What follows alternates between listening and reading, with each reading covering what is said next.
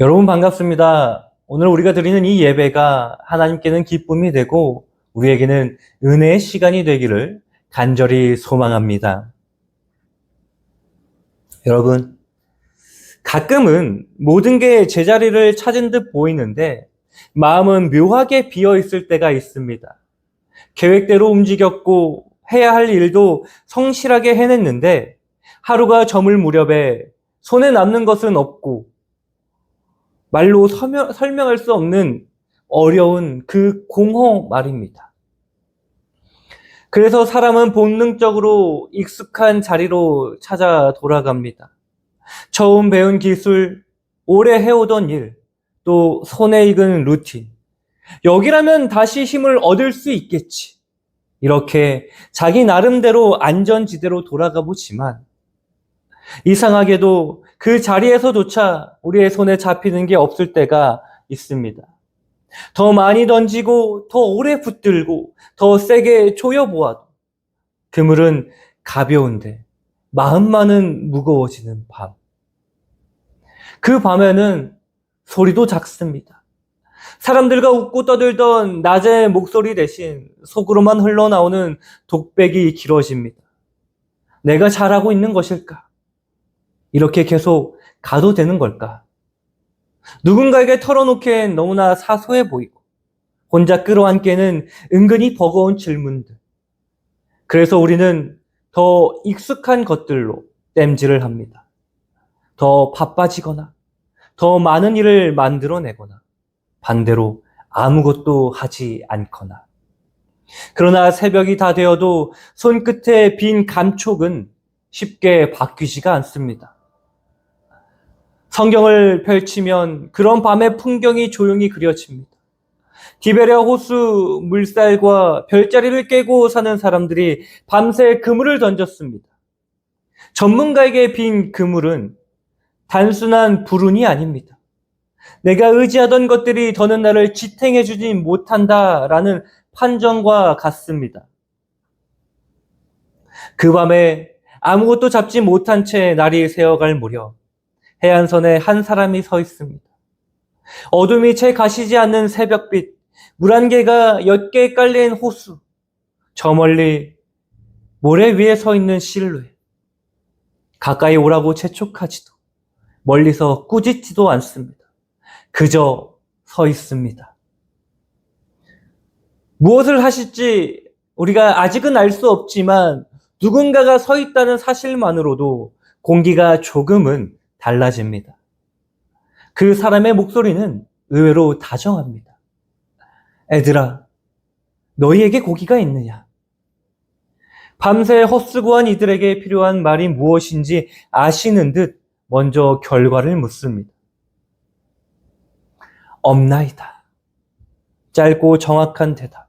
없는 것을 없는 대로 말하는 정직. 체면과 자존심을 내려놓는 솔직함. 바로 그 자리에서 변화는 시작됩니다. 배 오른편에 그물을 던져보아라. 밤새 수십 번 했던 동작이지만 이번에는 근거가 다릅니다. 내 경험이 아니라 그 음성이 정해준 자리.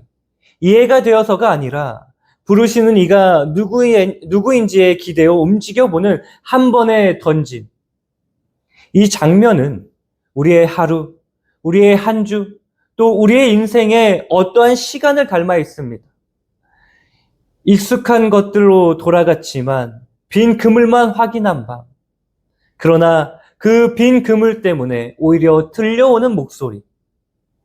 꾸짖음보단 먼저 다가오는 환대의 호칭.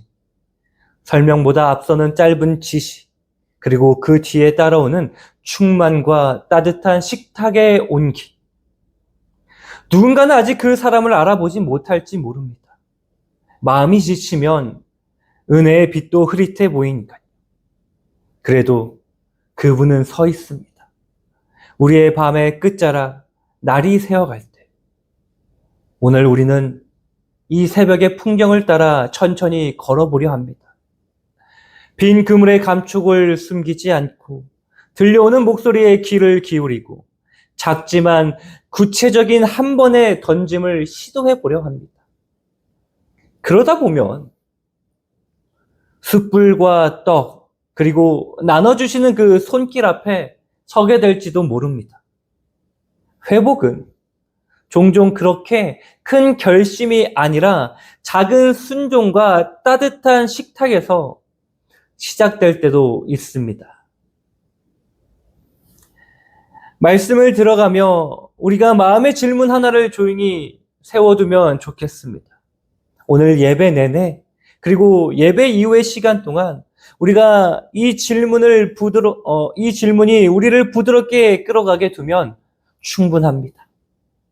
다시 찾아오신 주님 앞에 나는 과연 지금 어떻게 응답할 것인가? 우리가 이 질문을 마음에 품고 오늘 말씀을 함께 들어가 보도록 하겠습니다. 먼저 오늘 말씀을 보면 풍경이 떠오릅니다. 비릿한 물내음이 코끝을 스치고 뱃전은 밤새 축축합니다. 손바닥은 밧줄에 쓸려 따갑고 귓가에 그물이 물을 가르는 소리만 남아 있습니다. 익숙한 동작이니 설명이 필요 없습니다. 던지고 기다리고 끌어올리기를 수십 번. 그런데 그물은 자꾸만 가볍게만 올라옵니다. 어부에게 빈 그물은 단순한 불운이 아닙니다. 내가 의지하던 경험과 기술, 자존심의 한계를 드러내는 냉정한 통지서와 같습니다. 성경은 한 문장으로 그 밤을 요약하고 있습니다. 그 밤에 아무것도 잡지 못하였더니 이 밤은 실패의 이야기만이 아닙니다. 흔들릴수록 사람은 본능적으로 익숙한 자리로 돌아갑니다. 베드로와 동료들도 그랬습니다. 물길을 아는 바다, 손에 익은 그물, 계산 가능한 일, 거기라면 내가 다시 일어설 힘이 생길 것 같았기 때문입니다. 그러나 익숙함이 반드시 우리에게 쉼을 보장하는 것은 아닙니다. 익숙함으로 돌아가도 허무가 더 선명해지는 순간이 있습니다. 우리도 압니다. 관계를 살리려 애쓰고 일터에서 우리가 성실함을 쏟고 신앙의 루틴을 지켜도 손에 잡히는 게 없다고 느껴지는 밤이 있다는 것을 말입니다. 바로 그때 오늘 말씀은 우리의 시선을 조용히 옮깁니다.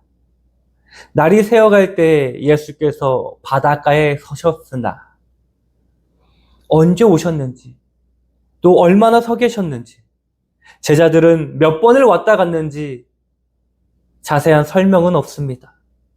다만 한 가지 사실만 또렷하게 우리에게 전하고 있습니다. 서 계셨다. 빈 그물의 밤이 끝나갈 쯤 누군가 해안에서 먼저 서 있었습니다. 멀찍이 비난하려 서 계신 것이 또 아니고 조급히 몰아붙이기 위해서도 아닙니다. 그저 그 자리에 먼저와 함께 서 계셨습니다. 이 조용한 장면이 밤의 의미를 바꿉니다. 우리는 흔히 아무것도 잡지 못한 밤을 실패의 결론으로 읽습니다. 그러나 성경은 그 밤을 임재로 이어지는 통로로 보여줍니다. 내 힘이 바닥났을 때, 났음을 인정하게 되는 지점이 바로 거기에 은혜가 다가와 서 있는 질서가 숨어 있습니다. 주님은 밤 한가운데 번개처럼 개입하시기보다 우리의 자원이 소진되어 말씀을 들을 귀가 열릴 때까지 기다렸었다가 해안에 서십니다. 방치가 아니라 기다림, 부재가 아니라 가까움의 방식입니다. 그래도 제자들은 예수이신 줄 알지 못했습니다. 어둠 때문이 아닙니다. 마음의 피곤과 수치, 허무가 시야를 흐릴 때 가장 가까운 임재도 멀게 느껴집니다. 우리도 그 감정을 너무나 잘 압니다. 기도가 벽에 부딪히는 것처럼 느껴질 때, 성실함이 공허로 돌아오는 기간이 길어질수록 하나님이 마치 우리와 멀리 떨어져 계신다라고 여겨집니다. 오늘 말씀은 다르게 말합니다. 멀어진 것은 하나님이 아니라 우리의 감각일 수 있다고. 알아보지 못한다는 것이 곧 부재의 증거가 아니라는 것을 말입니다. 여기서 우리는 한 가지를 배웁니다. 빈 그물은 은혜의 반대말이 아니라 은혜가 스며들 여백이입니다. 우리가 붙잡던 것들이 더는 우리를 지켜주지 못한다는 그 사실을 인정할 때 비로소 다른 근거가 우리의 삶에 들어올 자리가 생기는 것입니다. 그리고 그 다른 근거는 곧 이어질 한마디, 주님의 음성으로 찾아옵니다. 본문은 아직 그 말씀을 들려주진 않았습니다. 그러나 이미 방향을 암시합니다. 해안에 서 계신 분이 있다는 사실만으로 새벽의 공기의 밀도가 달라지고 실패의 밤은 결말에서 서곡으로 바뀌게 됩니다.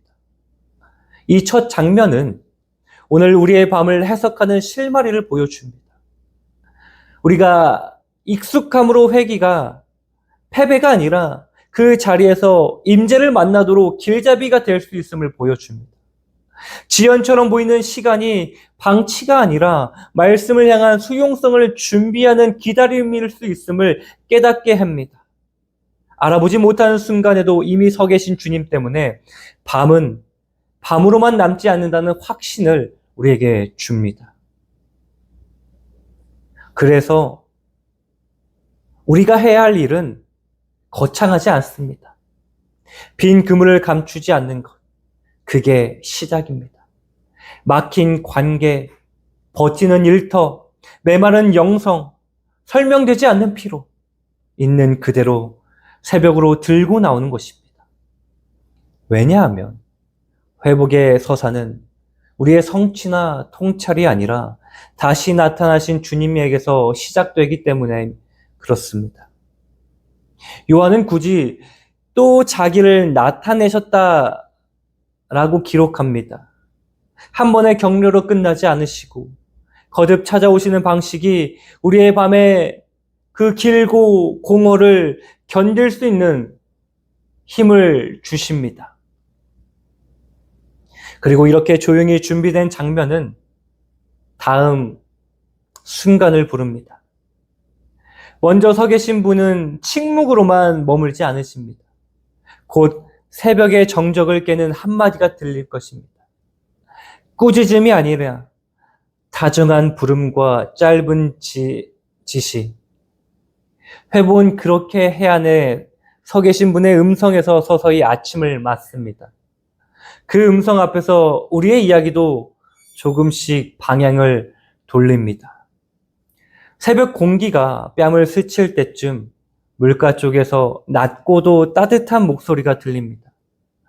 밤새 말 한마디 섞지 못했던 이들에게 꼭 맞는 호칭이 먼저 들립니다. 애들아, 너희에게 고기가 있느냐? 꾸짖음 대신 다정함, 신문 대신에 관심. 그 한마디 앞에서 제자들의 대답은 의외로 짧습니다. 없나이다. 변명도 계산도 붙지 않습니다. 없는 것을 없는 대로 내어놓는 정직, 이 단순한 고백이 이상하게도 마음의 매듭을 하나 풀어줍니다. 빈 그물을 감추려 애쓰는 동안에 들리지 않았던 길이 솔직함 뒤에 열리게 됩니다. 그리고 또 하나의 짧은 문장이 이어집니다. 그물을 배 오른편에 던지라. 그리하면 얻으리라. 밤새 수십 번 해본 동작입니다. 물길이 달라진 것도 바다가 뒤바뀐 것도 아닙니다. 달라진 것은 근거입니다. 지금의 오른편은 나의 감과 경험이 정한 자리가 아니라 그 음성이 정해준 자리입니다. 이해가 먼저가 아니라 순종이 먼저가 됩니다. 제자들은 따지지 않고 그물을 던집니다. 그 순간 묵직함이 손목을 담깁니다. 버거울 만큼의 차오름이 그물을 가득 찹니다. 설명보다 순종이 앞섰고 순종 뒤에 체험이 따라왔습니다. 신앙의 길에서 우리가 수없이 배워온 바로 그 순서가 이 새벽에 다시 확인됩니다. 채워짐은 우리의 눈을 엽니다. 사랑하던 제자가 먼저 속삭입니다. 주님이시다. 밤새 곁에 서 계셨지만 알아보지 못했던 분이 말씀에 대한 작은 순종을 위해서 선명해집니다. 충만이 목적이 아니라 인식이 목적이었음을 깨닫게 됩니다. 은혜가 우리를 향해 오고 있었다는 사실, 빈 그물의 밤도 결국 그분을 알아보게 하려는 길이었다는 사실이 서서히 우리의 마음속에 자리 잡습니다. 그 인식은 곧 몸을 움직입니다. 베드로가 겉옷을 두르고 물로 뛰어들었습니다. 설명보다 사랑이 앞설 때 가능한 몸짓입니다. 다른 제자들은 배를 몰고 그물을 끌어 육지로 옵니다. 누구는 물을 가르고 또 누구는 노를 젓고 또 누구는 그물을 붙잡지만 모두의 방향은 하나입니다. 주님께 가까이 가는 것. 공동체는 늘 이렇게 움직입니다. 속도는 달라도 목표는 같습니다. 이 단순한 진리가 새벽 바다 위에서 더욱더 또렷해집니다. 요한은 거리를 덧붙입니다. 육지에서 거리가 불과 한 50칸쯤, 멀지도 가깝지도 않은 거리입니다. 새벽에 숨이 차오르면 금방 닿을 만한 거리. 주님은 늘 이 가까운 만큼 우리에게 서 계셨지만 우리가 지레 멀다고 여겨 물러섰던 그 자리에서 사실은 손을 뻗으면 닿을 만큼 가깝게 기다리고 계셨습니다. 질문 하나와 지시 한마디, 그리고 작은 순종 하나가 그 거리를 좁힙니다. 이 장면들은 오늘 우리의 하루에도 조용히 겹쳐집니다. 마음 한복판에서 들리는 다정한 물음. 지금 내가 있느냐? 이 물음 앞에 없나이다 라고 담백히 말하는 순간이 있습니다. 그 뒤에 오는 작고 구체적인 안내. 오른편에 던져봐라. 이 말씀이 불쑥 마음에 떠오를 때가 있습니다. 특별한 기술이 아니라 아주 일상적인 한 걸음일 때가 많습니다. 미뤄둔 화해의 연락을 오늘 안에 먼저 해보는 일. 바쁜 일정 속에서도 하루의 첫 시간을 조용히 말씀으로 열겠다는 선택. 손해가 예상되어도 정직을 택해 도장을 찍는 순간, 다음에 미뤄도 두던 섬김의 자리에 그냥 나가 앉는 결심. 설명이 다 되지 않아도 그 음성의 온기가 분명하면 움직여 보는 것입니다. 그 한 번의 던짐 뒤에 삶의 감촉이 달라질 수가 있습니다. 무언가 당겨지고 마음 깊은 데서 오래된 고백이 다시 떠오릅니다. 주님이시다. 무엇보다 소중한 것은 이 과정이 우리를 주님께 더 가까이 데려간다라는 사실입니다. 충만히 기쁨을 주지만 기쁨이 끝이 아닙니다. 채워짐은 우리를 움직여 주님께로 향하게 하고 거기서 우리는 비로소 안심하게 됩니다. 속도가 느려도 괜찮습니다. 누구는 물로 뛰어들고 또 누구는 노를 저어오듯 우리의 발걸음은 각자 다를 수 있습니다. 중요한 것은 같은 방향입니다. 그 방향이 맞아 있을 때 빈 그물의 밤도 작은 순종의 아침도 결국 사랑의 식탁으로 이어집니다. 그러니 오늘은 설명보다 순종을 한번 앞세워 보십시오. 커다란 결심이 아니라 마음에 떠오르는 그 오른편의 한 걸음이면 충분합니다. 그리고 그 걸음 뒤에 열린 인식, 주님이시다를 조용히 기대해 보십시오. 그 인식이 여러분의 속도를 바꾸고 우리 공동체를 한 방향으로 묶어줄 것입니다.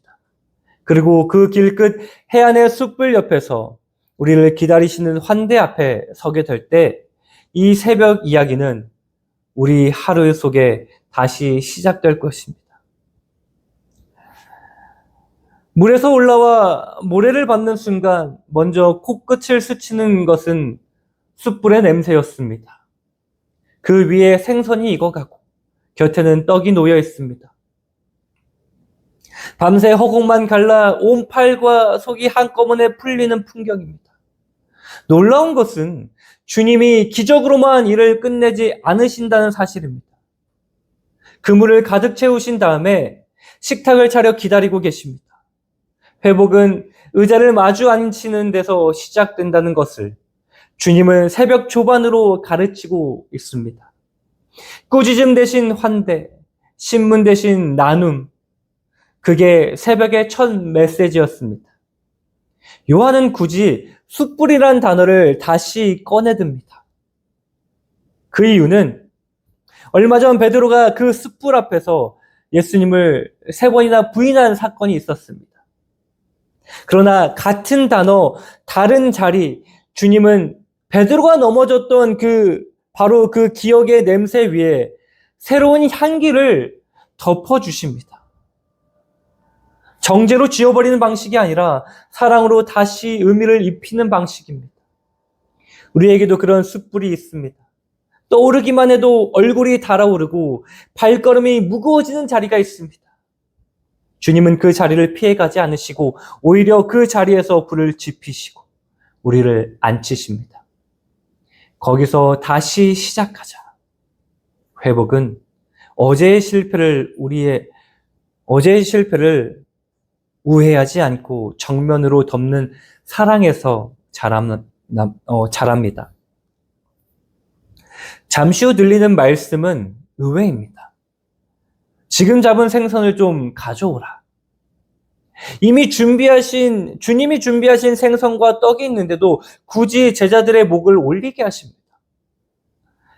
여러분, 은혜의 신비가 여기에 있습니다. 모든 것은 주님이 준비하셨지만 그분은 우리의 작은 참여를 기쁘게 받으십니다. 내가 다 했다 해서 끝나지 않고 그러니 너희도 와서 함께 하라. 제자들은 젖은 손으로 그물을 끌어올려 153마리의 큰 고기를 셉니다. 오늘 말씀이 굳이 남겨둔 디테일은 마지막 문장으로 빛을 발휘합니다.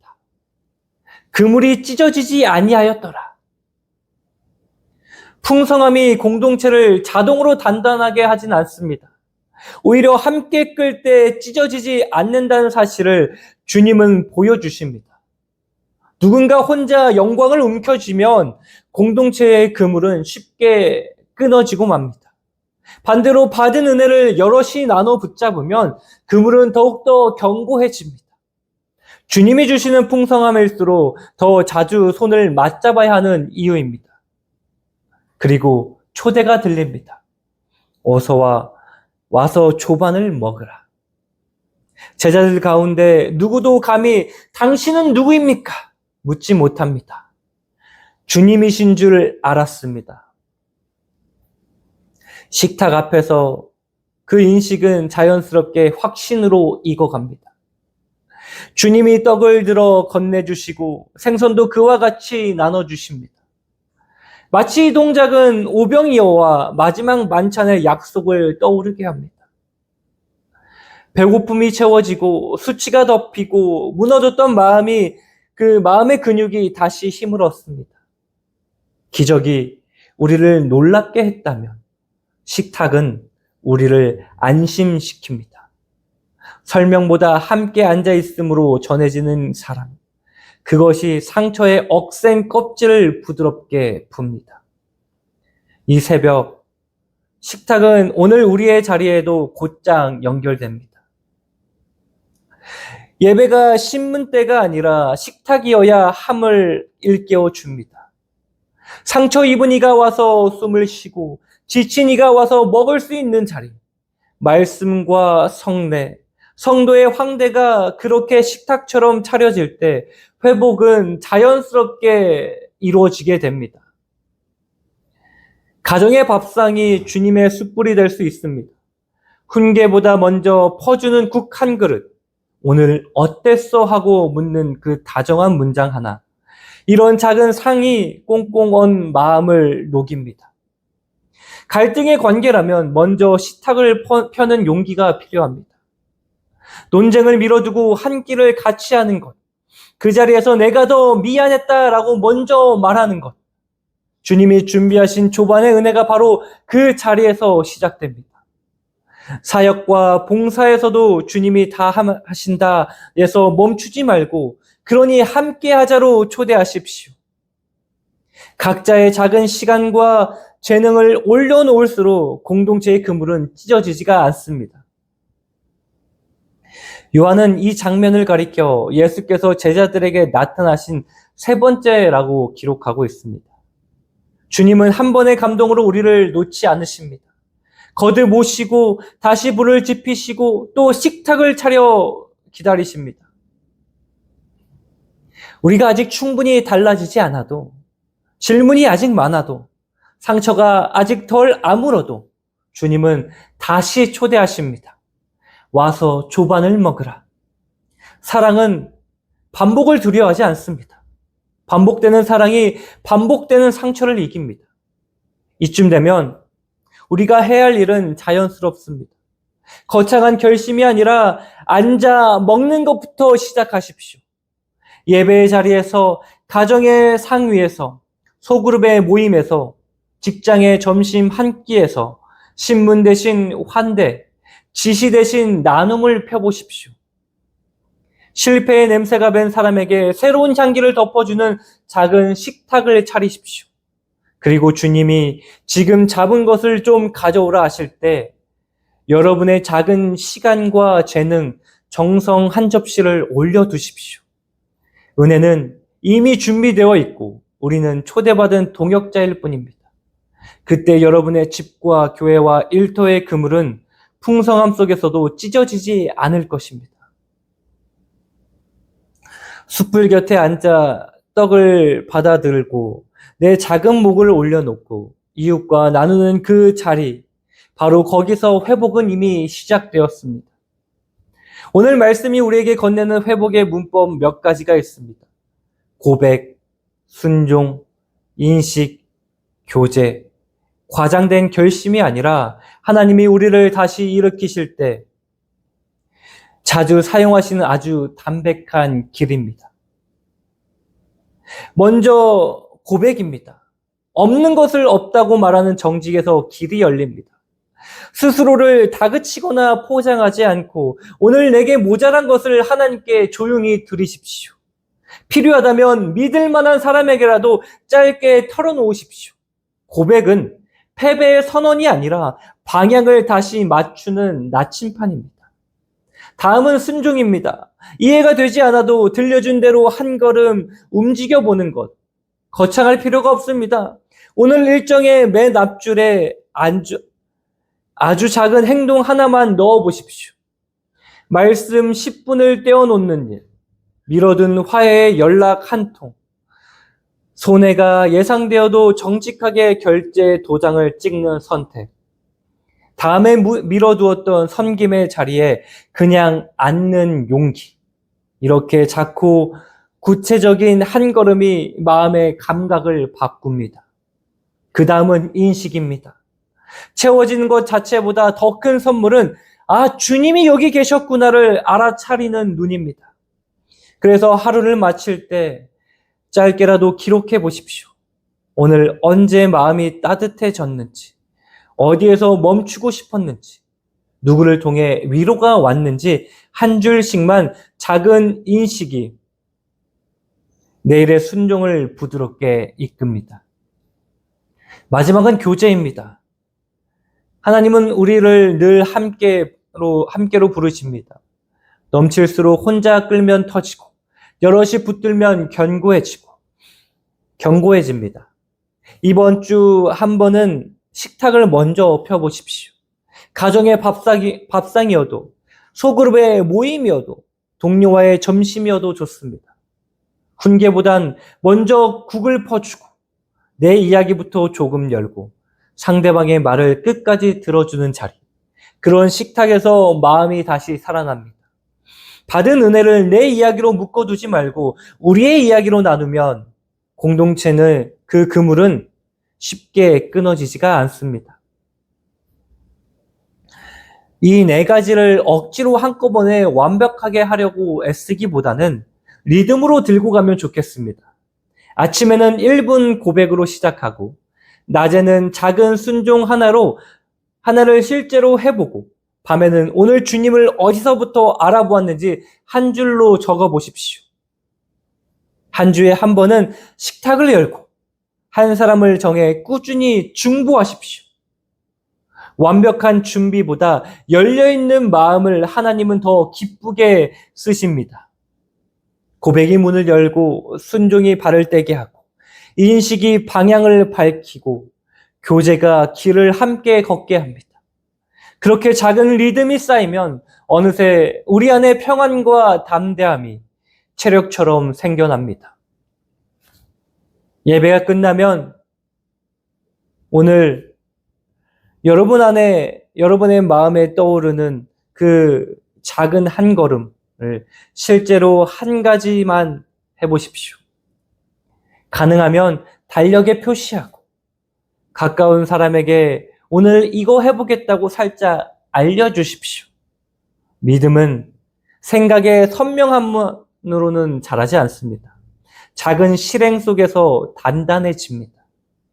그리고 한 문장만 가슴에 남겨두면 좋겠습니다. 이번 주 내내 우리를 부드럽게 이끌 물음입니다. 다시 찾아오신 주님 앞에 나는 지금 어떻게 응답할 것인가?